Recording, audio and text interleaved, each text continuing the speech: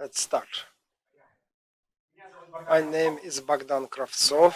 I am an artist, a thinker, and an entrepreneur. And I'm a leader of the Придумаем team, which is an independent intellectual special force which helps businesses to decide which direction to go. So we discuss the plans, forecasts, success, failures, projects, of products, of businesses, etc., etc., of the whole industries actually. And that's clear that the price of not understanding something properly can be very high. That's why we try in a very tender, careful manner talk about metrics with everyone, even if they are not analysts. And I think what I will be telling you, you've already known that or you've heard about that, and so I think you can get to know our slang to discuss the metrics and think about them. So, what are the metrics? So, this is a variable value which describes or reflects, illustrates the state of a system, of a product, of a project, of a business, and changes with time. So, probably you can change all the words in this definition except for the last one because it changes with time. It does not depend on time. For example, in this graph you see the months on the y-axis and some monetary units on the x-axis. This is the graph showing the sales, and it depends on not on the time, but on the amount of money invested in this.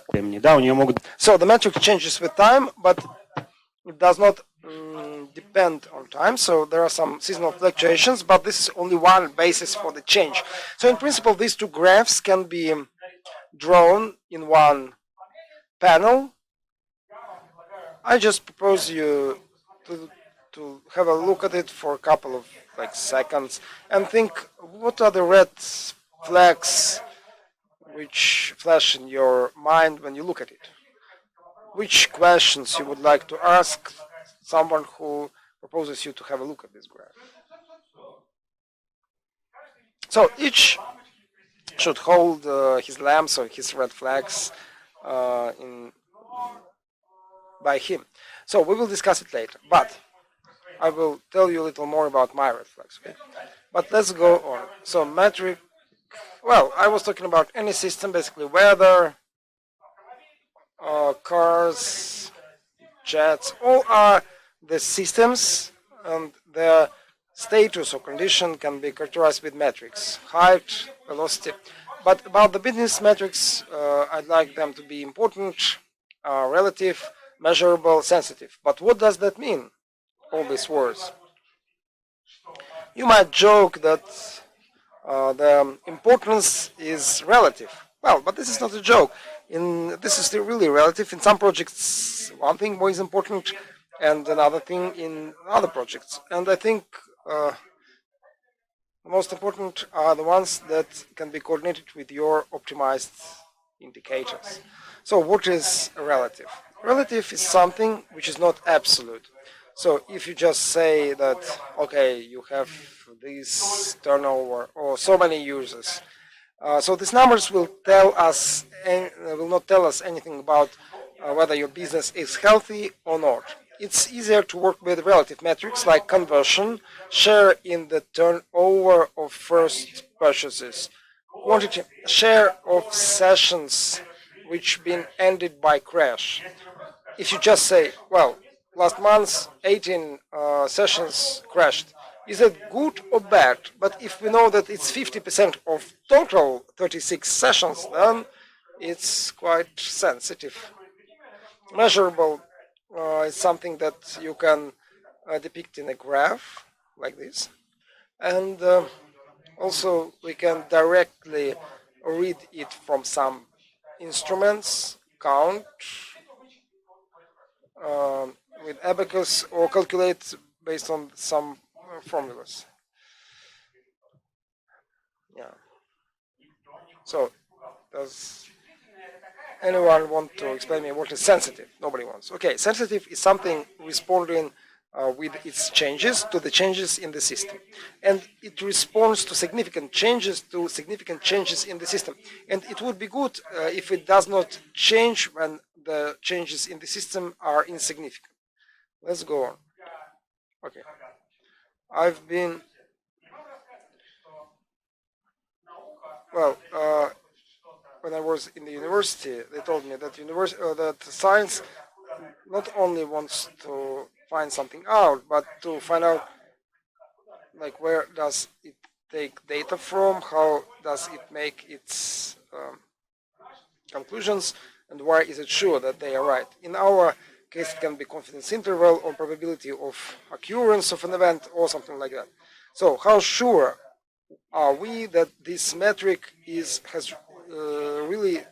has this value at this point in time? And okay, talking about metrics, the most scientific view from my smart institute says that for each metric at each point in time we should fix and register not only the value but where do we know it from and are we sure about that. That was the theory. Now let's start with the slang. Device is gray, um, like some control panel. Like control panel is in jets, in the cars, and somewhere in business there are also control panels. There are many indicators, and if you have a closer look, you will see that all of them show how it changes with time. Even the one in the table, on the horizontal axis, we have dates.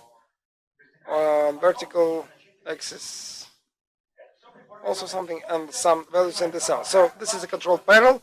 Now we understand there are no red lamps. Everything is okay. Or if there are some outliers in some graph, then everything goes wrong. Yeah. Well, what is a control panel or a device? It reflects the result of a direct measurement of a metric value in the past and in the present. Why not in the future? Because in the future we don't know the actual value. What will it be? We don't know. And we we cannot measure something in the future. We can only theoretically forecast. So this is the level of our confidence in the value of metrics, which we trust, like the maximum trust we can reach. So if we see on the speed gauge 60 kilometers per hour, then we see it on the indicator, and this is how we measure it. You've seen the graph. Does it look like the one?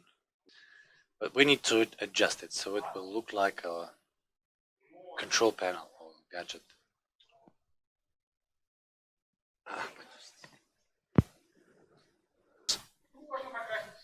We can paint it gray.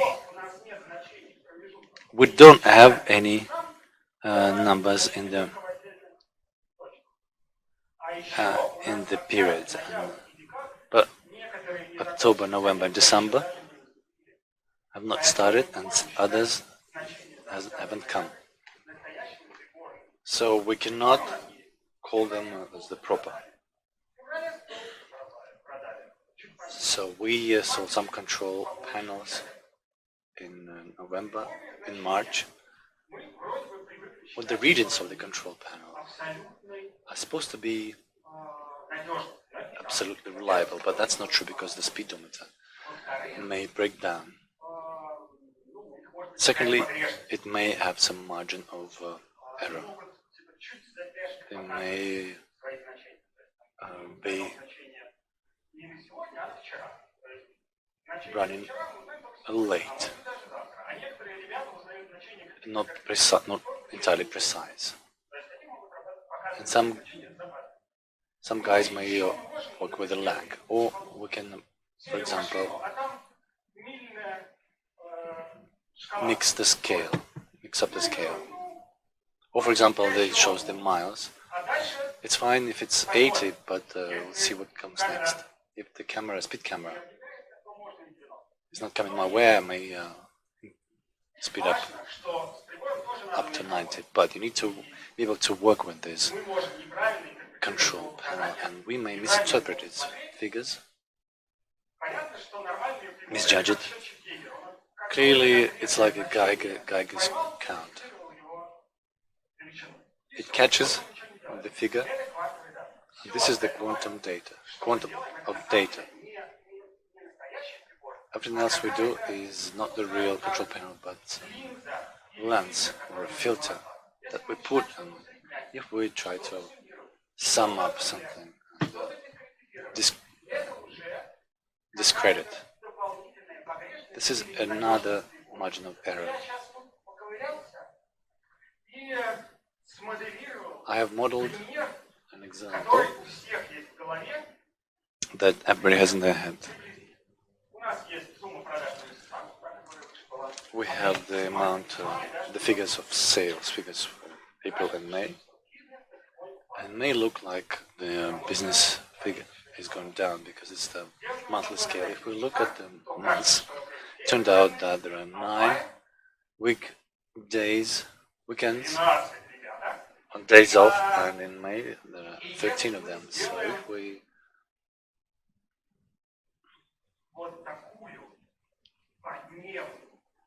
break it into days and make a daily sum, so it will turn out that on average, looking at the weekdays, we see that Mondays are growing, Tuesdays are growing, Wednesdays are also growing, but we look at the days off, they're also growing separately, but the first day off doesn't grow just like the second day off. Turns out, and it's understandable, that if you sell something in the shop, or you calculate the stream of people on the metro, or do something that has to do with people living and acting, the system has its natural cycle. And this natural cycle is weekly. On Friday, people buy a little bit more than on Saturday, if we talk about stationery, and even more on Monday. So if we break it down into weeks, the graph will be growing. Even though we saw that in May it was lower than it was in April. So you need to pay attention at how exactly the control panel turns single quantum events into figures. The next is forecast, which is looks very much like you understand it, and it's blue. Forecast is your prediction about the potential figure of the in the past, or it'll be in the future, or what is the figure of the characteristic metrics that you're using in the point where you don't have factual figure. It could be in the past, in the future, or it could be in the present. You don't know the factual figure. You forecasted, you predicted. And when you talk about forecasts, remember this. We forecast this figure because we have some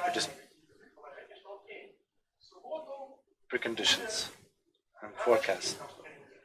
Because on Saturday there will be a day off, therefore the amount of sales will be bigger than on a different Saturday. So we have some fundamental prediction used to prepare our forecast, and then it's good for us to know when exactly the forecast is made, which day. Because if we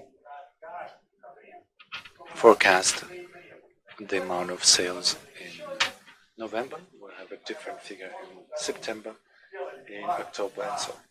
Last year, when we were forecasting for this year, we had a different forecast because in December last year, our life was totally different. For example, there are two forecasts. One is marked with the thin dots, another one with the large dots.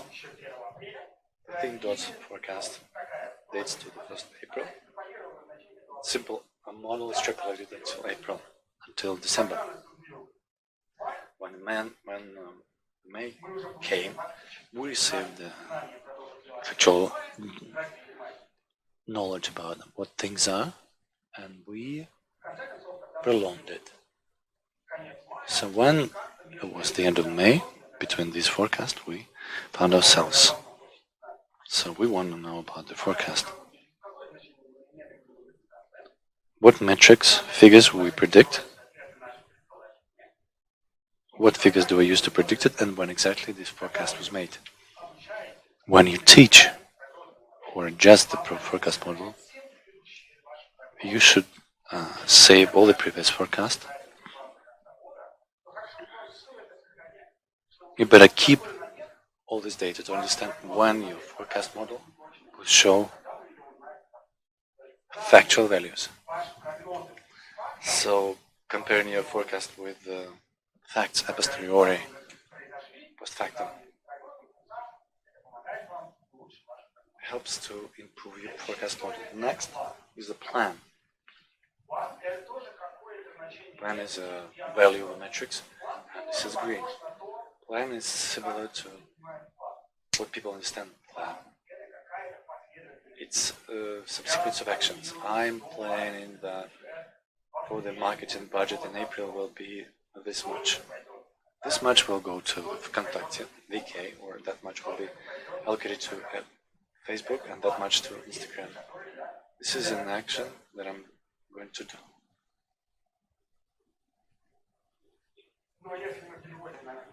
But if we switch into metrics, we have a metric whose values depend not on the time but values. It correlates very well with what we do, with what we decided to do, and we managed to do it. If so, for example, the marketing budget can be planned because we push the button and say that much money should be allocated to that budget. We know we want that much, and we understand that we can do this. The plan is our wishes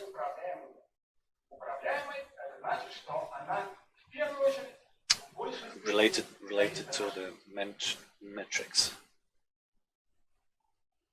The metric depends on our actions. If we can influence the values of the metrics, then it's manageable. But here you need to understand that the non-manageable metrics are not two different classes. If we have if we have manageable metrics, we have a whole range of manageable metrics. Same is true about precision, sensibility, and reliability.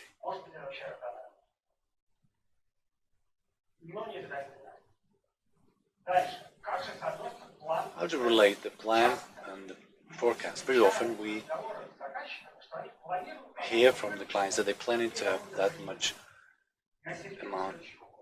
money to be received from their sales next year. This is not a plan. This is a forecast based on the plan that we have created for the next year.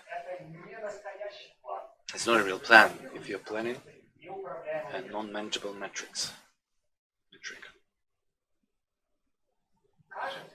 It may seem that if we plan the profits for next year,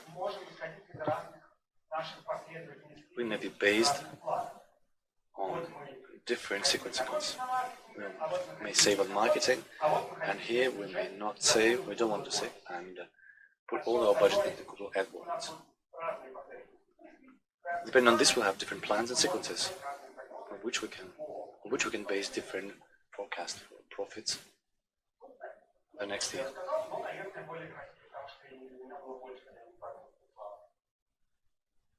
The slide says the same. The target metrics is the most important for us, that we optimize, on which our successes depend, just like failures.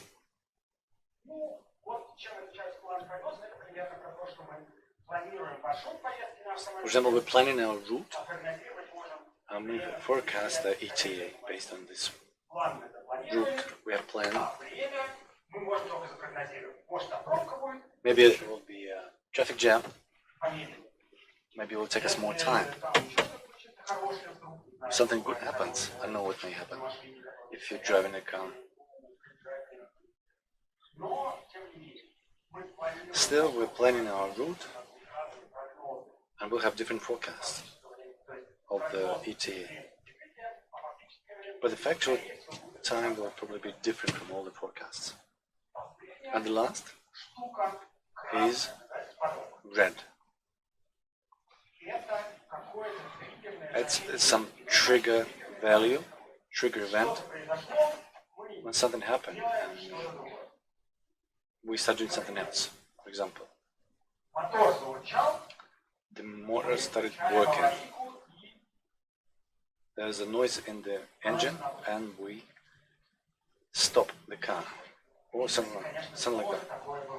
Things like that happen in business. We understand that. And add tool shows a low conversion. We decreased our budget for it. And this level gives us the sequence, prompts us the sequence involving a single events or that make us change our plan. If, for example, total amount of sales goes down, abruptly we try to understand what happened, try to understand what to do, and we forecast. Maybe we stop putting money into an advertisement and put all the money into the people advertising in the streets.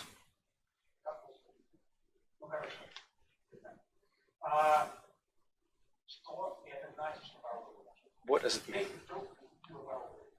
If this value is achieved, we need to understand what happened.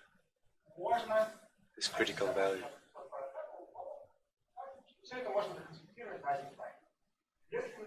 If you see a metric and work with it,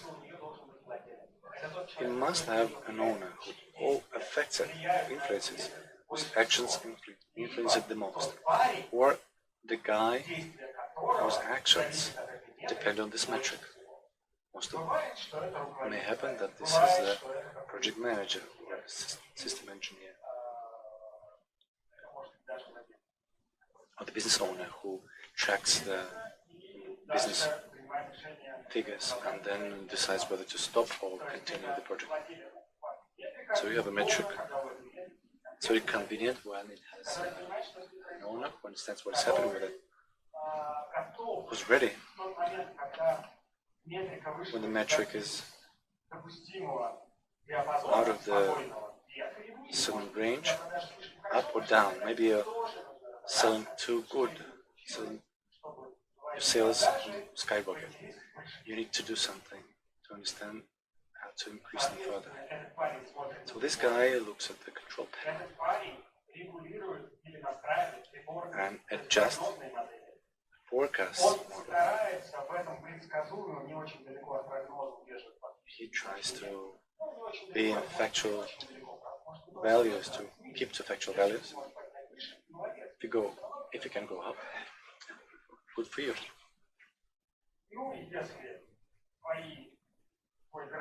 And if your graph shows you the factual value, which is outstanding, upwards, downwards, then you need to tell colleagues why you failed in your forecast, why you didn't achieve your target, which you failed to do, and adjust the forecast point. Move on. So if we go on checking it. So remember this rule. When you look at the graph, you have to understand yourself, if you are a business analyst. Is it an actual value? This is what we expect, or that's what we want. And if that's what we expect or forecast, based on what do we forecast that? And at which point of time do we do that? Seems that this is the end. Let's upload and then we'll have questions and answers.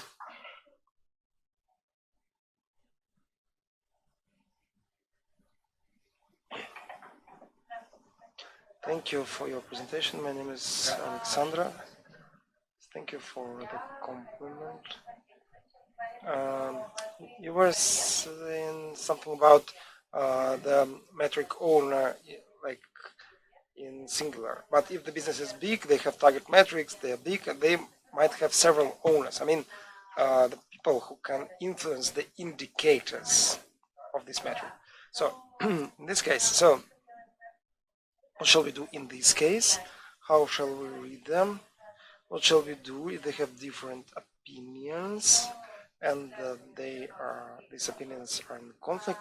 And I will add the third question. So normally they can take several actions which can be conflicting in different ways, responding to the change in metrics. And finally, we do not understand what we've done, what the result of what exactly it is. So if metric is important, so many people in the company might really influence that.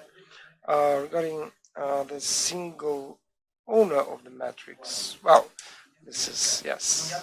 Well, I thought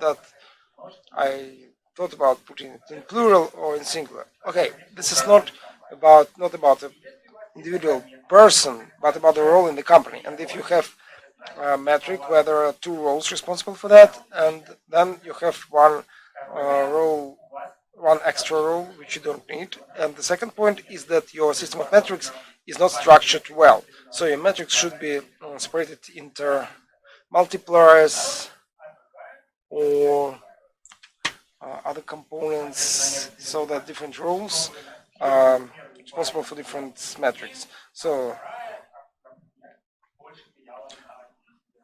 there should be one role for one component of the metrics and the second one for the second. So, I mean, you as business analyst and those who develop this product system should aim at. So what we do if there are they have different opinions. They have to negotiate. So you have to understand why they think so, what are their forecasts based on, and are they sure about that?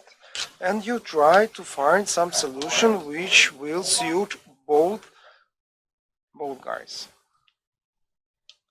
So it seems that if you have any, well, let's say high-level metric, then, for example, you as a director or owner of the company can be responsible for that. Yes, you cannot ask him for a report, but he will kind of make a report in his head for himself, like whether it allows me to earn something or not. So he will be reporting to himself, basically. Mikhail, I liked your presentation, and especially the last phrase. I think it's quite useful and interesting that you marked it with colors. I think this is useful personally for myself. I've seen some. So I think it was useful for me personally. Can you tell me a little bit about the trick that you use in the practical work? I mean, you said you use it as a consultant. You mean these colors, this palette? Well, yes, sure, I use it. Well, yeah, so can you share, I'm just interested, what are the effects for those whom you sell this approach? What effects do they gain? Are there any success stories? There are millions of success stories, but for example, in one of the graphs we show we have, for example, TV, like LTV metric, which everyone knows, but we cannot count LTV directly because the person has not died yet, so then he can buy something for us, and even if he is dead, we don't know, still don't know about that. So LTV will be kind of a forecast. We know how much he spent before. It can be a person or cohort or guys from this town. We know how much they've spent before this day, and then about some of them, we know how much they spent during the first months while using the product. Uh, and there are less people who live there for 2 months, but also we know it seems, but this value can be closer to LTV. So we understand that LTV of this cohort at the end will be bigger than the actual value at this point of time. For example, if this cohort has brought us this amount of money, so its total LTV will be more, but how much more? It will be forecasted value. So, for example, so I mean, there is LTV, like a black area in the diagram, and then we forecast by what value it will increase during this year or during the lifetime. And that we show on the control panel to the customer or to the business owner, and he understands that we have an actual value, how much I have already earned, and also we have a forecast how much, as this analyst thinks, how much more money I can get from these guys. So these are two values with which he can work and take some decisions, different decisions. So this is the tool for discussion of metrics with people who are not analysts, and they see that you have one dot of one color and the other dot of another color, but at the same time you have to, even if the screen is black and white, you have to think, yes, well, this I forecast, and this the guys want it to be like this, but let's leave it like that. This is on their conscious. Next question. That's good that everyone has probably understood everything, so it's a great honor for me to close this conference in this section. And if you have any questions, examples, or proposals, write me. Goodbye.